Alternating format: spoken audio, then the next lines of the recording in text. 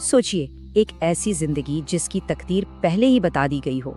इस्लाम की इब्तिदाई तारीख में एक ऐसी ही शख्सियत गुजरी है जिनकी पूरी जिंदगी एक हैरत अंगेज पेशनगोई के गिर्द घूमती रही। जी हाँ, आज हम बात करेंगे हजरत अम्मार बिन यासिर की। अब सवाल ये उठता है कि भला ये कैसे मुमकिन है कि किसी एक इंसान की मौत ये फैसला कर दे कि एक पूरी जंग में कौन सच्चा था और कौन गलत। ये सवाल ही इस पूरी कहानी का मरकज है। हजरत अम्मार की शहादत, आप देखिएगा, कोई आम वाकया नहीं था, बल्कि ये एक ऐसी निशानी थी, एक ऐसा पैमाना जिसका शायद सबको इंतजार था। तो आइए सबसे पहले ये जानते हैं कि हजरत अम्मार बिन यासिर थे कौन। वो इस्लाम कबूल करने वाले पहले लोगों में से थे और उनकी ज़िंदगी के इब्तिदाई साल, उनके ईमान की पुख्तगी, यही वो बुनियाद बनी जिस पर उनकी पूरी तकदीर की कहानी खड़ी है। तो हजरत अम्मार बिन यासिर और सुमैया के बेटे थे।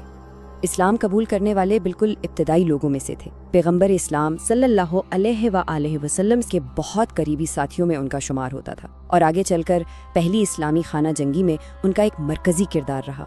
लेकिन इन सबसे बढ़कर वो अपने गैर मुतज़लज़िल ईमान के लिए जाने जाते थे। वो सिर्फ एक सहाबी नहीं थे, बल्कि उस मुश्किल तरीन दौर की एक जिंदा मिसाल थे जब ईमान लाने का मतलब था अपनी जान दांव पर लगा देना। और इसकी सबसे बड़ी गवाही उनके अपने वालिदैन की कुर्बानी थी, जो इस्लाम के सबसे पहले शहीद बने। अच्छा, हजरत अम्मार के ईमान की गहराई को समझना है ना, तो हमें उस दौर में वापस जाना पड़ेगा, मक्का के उस ज़माने में जब कलमा पढ़ना अपनी जान को खतरे में डालने जैसा था। यही वो माहौल था, यही वो पस मंज़र था जिसमें उनके ख़ानदान को इस्लाम के सबसे पहले शहीद होने का शरफ हासिल हुआ। इस्लाम के उन बिल्कुल इब्तिदाई दिनों में मक्का में जो भी ईमान लाता था उस पर जुल्म के पहाड़ तोड़ दिए जाते। ये कोई मामूली मुखालफत नहीं थी। लोगों को दहकते कोयलों पर लिटाया जाता, तपती रेत पर घसीटा जाता था, सिर्फ इसलिए कि वो अपने नए अकीदे से फिर जाए। और हजरत अम्मार के वालिदैन यासिर और सुमैया, उन्हें तो सरे आम अजियतें दी गई ताकि वो इस्लाम छोड़ दें। लेकिन सोचें, तकलीफें इतनी शदीद थीं कि उन्होंने जान दे दी, मगर अपने ईमान से 1 इंच पीछे नहीं हटे। उनकी यह कुर्बानी इस्लाम की तारीख का एक सुनहरा बाब बन गई। और ख़ास तौर पर हजरत अम्मार की वालिदा हजरत सुमैया, उन्हें इस्लाम की तारीख में सबसे पहली खातून शहीद होने का एजाज़ हासिल है। ये एक बहुत बड़ी बात है। वो एक ऐसी मिसाल बन गई कि जुल्म के सामने झुकना नहीं है, चाहे जान ही क्यों ना चली जाए। तो ये था पस मंज़र। अब आते हैं इस कहानी के सबसे अहम, सबसे दिलचस्प हिस्से की तरफ, यानी पैगंबर इस्लाम सल्लल्लाहु अलैहि वसल्लम की वो पेशिंगोइयाँ जिन्होंने ना सिर्फ हजरत अम्मार की तकदीर तय की, बल्कि उनकी ज़िंदगी को तारीख में एक बिल्कुल ही मुनफरिद मकाम दे दिया। ज़रा इन अल्फाज पर गौर कीजिए। पैगंबर इस्लाम ने हजरत अम्मार के लिए फरमाया कि अम्मार सर से पांव तक ईमान से भरे हुए हैं और ईमान उनके गोश्त और खून में रच बस गया है। ये सिर्फ तारीफ नहीं है, ये एक गवाही है कि उनका वजूद ही ईमान की तस्वीर है। और फिर ये तो और भी गहरी बात है।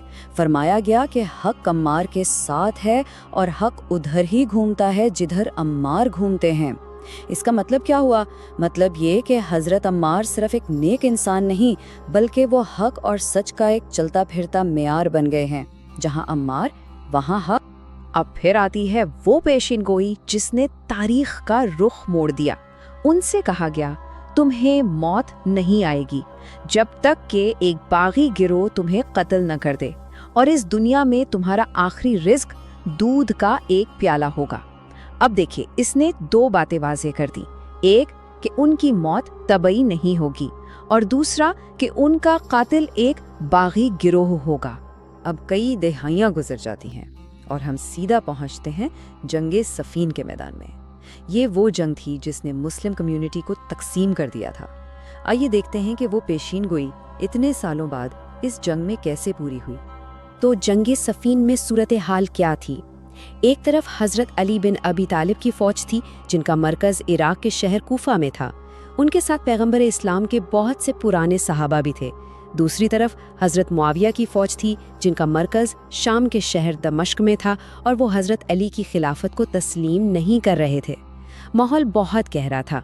बहुत से लोगों के लिए ये समझना मुश्किल था कि कौन सही रास्ते पर है, और यही वो निशानी जाहिर होने वाली थी। اور اس جنگ کے دوران حضرت عمار بن یاسر کی عمر 90 سال سے زیادہ تھی۔ ذرا تصور کیجئے، اس عمر میں بھی وہ حق کے لیے لڑنے میدان میں موجود تھے۔ ان کا میدان جنگ میں ہونا ہی اس بات کی بہت بڑی دلیل تھی کہ وہ جس طرف ہیں اسے ہی حق سمجھتے ہیں۔ اور پھر وہ لمحہ آ ہی گیا۔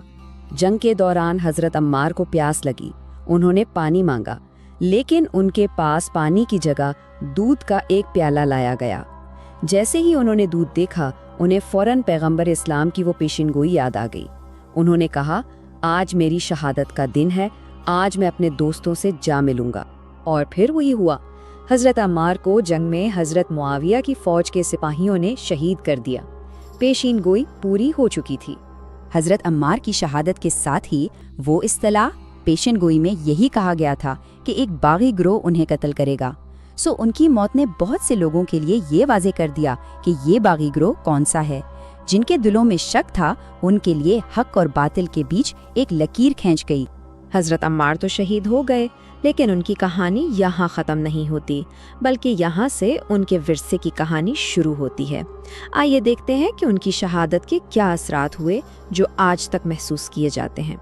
تو حضرت عمار بن یاسر کا ورثہ کیا ہے؟ سب سے پہلی اور سب سے اہم بات تو یہ ہے کہ وہ حق کا معیار بن گئے۔ ان کی موت نے اس بڑے تنازع میں یہ صاف کر دیا کہ سچائی کس طرف ہے۔ شیعہ روایت میں انہیں حضرت علی کے سب سے پہلے اور سب سے وفادار پیروکاروں میں سے ایک مانا جاتا ہے، اور پھر شام کے شہر رقہ میں ان کا مزار ایک بہت اہم زیارت گاہ بن گیا تھا۔ جی ہاں، صدیوں تک شام کے شہر رقہ میں موجود ان کا مزار زائرین کے لیے ایک اہم منزل رہا۔ لوگ وہاں ان کی قربانی اور حق پرستی کو یاد کرنے کے لیے جاتے تھے۔ لیکن 2014 میں اسی مزار کو شدت پسند تنظیم داعش نے مسمار کر دیا۔ بہت سے لوگوں کے لیے یہ واقعہ تاریخ کو دہرانے جیسا تھا، جیسے وہ باغی گروہ ایک نئی شکل میں واپس آ گیا ہو۔ حضرت عمار کی یہ پوری کہانی ہمیں ایک بہت گہرے سوال پر لا کر چھوڑ دیتی ہے۔ کسی انسان کے حق کا زندہ معیار بن جانے کا آخر مطلب کیا ہے؟ جب کسی ایک شخص کی زندگی اور موت ہی سچائی کی پہچان بن جائے تو اس کا تاریخ پر کیا اثر پڑتا ہے؟